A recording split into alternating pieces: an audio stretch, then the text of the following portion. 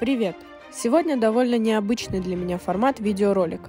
Я буду говорить о популярности искусства в интернете, как эту популярность попробовать набрать, и самое главное, нужна ли художнику популярность в интернете вообще.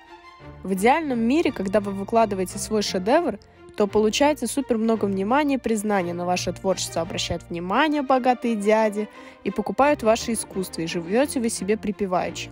Но это лишь утопия. Конечно, открыв это видео на моем канале, можно поинтересоваться, а зачем мне, как художнику практически без аудитории, говорить о популярности? И я скажу, что в первую очередь это моя личная дискуссия на тему популярности. Однозначного ответа на вопрос, как набрать свою аудиторию, конечно же, нет. Сегодня я порассуждаю на эту тему вместе с вами. Приятного просмотра! Для начала я отмечу несколько вещей, которые давали наибольший фидбэк лично моим работам.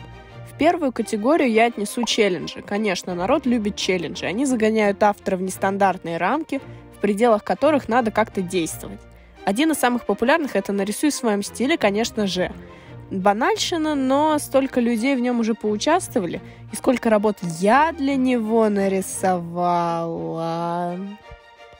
Есть еще Инктобер, который проводится уже который год подряд. Кстати, скоро будет проводиться снова. Только я не знаю, буду ли я участвовать в этом году или нет. Но если вы очень умный, то можно придумать и свой челлендж. Если он будет достаточно оригинальным, народ его обязательно оценит. Также стоит упомянуть о рисовании популярных вещей. Будь то что угодно, популярные сериалы, популярные люди, популярные игры, перечислять можно до бесконечности. Я искренне рада за людей, которым рисование Геншина приносит удовольствие. Я в свое время тоже пыталась таким образом взять свой лакомый кусочек аудитории, но у меня не вышло, мне Геншин вообще не зашел. Вообще никогда не рисуйте через силу. Быть творцом — это прежде всего вкладывать что-то душевное в свою работу, а искусство — это прежде всего про настроение. Вы не сможете вложить эмоцию, выдавив его. Это моментальное состояние, которое приходит и уходит. Также фидбэк моему творчеству дало участие в некоторых офлайн мероприятиях. Я имею в виду участие в фестивалях, разных выставках, если вы пишете на холстах традиционными материалами. Здесь же и расскажу про платную рекламу. Да, она имеет смысл определенный, если вы знаете, что скорее всего, сможете ее окупить камишкой. Ну или если у вас есть работа. Пожалуй, из перечисленных способов платная реклама наиболее эффективна, поскольку вы не формируете свою аудиторию с нуля, а уже обращаетесь за рекламой к человеку, у которого есть некая целевая аудитория и которая уже сформирована. А теперь предположим, что у вас есть некая целевая аудитория, но как ее развивать дальше? Конечно же, взаимный пиар очень хорошая штука, но главное не переусердствовать с ними и не превращать свой аккаунт в одно большое рекламное объявление, как это происходит с некоторыми художниками. Также я упомяну все возможные интерактивы, которые можно проводить на вашем аккаунте. Вроде лотерей, вроде каких-то челленджей, вроде всяких различных конкурсов. Это очень круто поднимает актив, привлекает людей. Но опять же, это очень сложная тема. Нужно найти баланс в ведении лично вашей социальной сети, чтобы было немножко ваших рисунков, немножко интерактива и немножко личных размышлений. Народ не любит щитпосты, и это факт.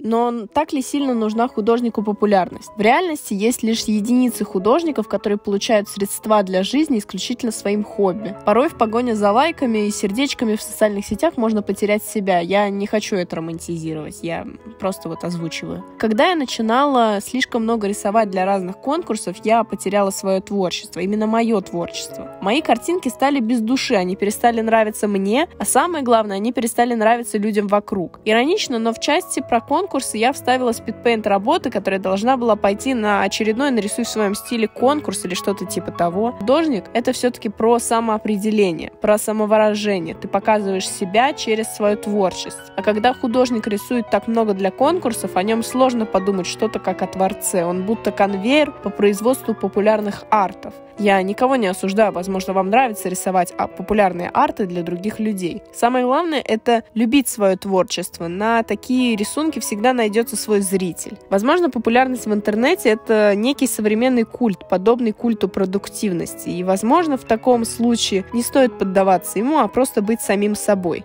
Довольно тяжелая тема для обсуждений, и сам видеоролик дался мне довольно тяжело. Я не призываю вас бросать ведение абсолютно всех социальных сетей. Исключительно поделилась своими размышлениями, которые мне пришли в голову, когда я размышляла о популярности художников в социальных медиа. У каждого творца есть свой путь, и, возможно, ваше мнение не совпадает с моим, и вы можете, конечно же, написать об этом в комментариях. Мне было бы интересно почитать и ваше мнение тоже. Спасибо всем, кто досмотрел до этого момента. Мне это очень ценно. В моем инстаграме есть мои работы. Можно очень хорошо отследить, как часто я рисовала для конкурсов. А телеграм-канал — это моя отдушина. Там я чувствую себя самой собой. И мне там очень нравится. И поставьте классы, если досмотрели это видео, а я с вами не прощаюсь.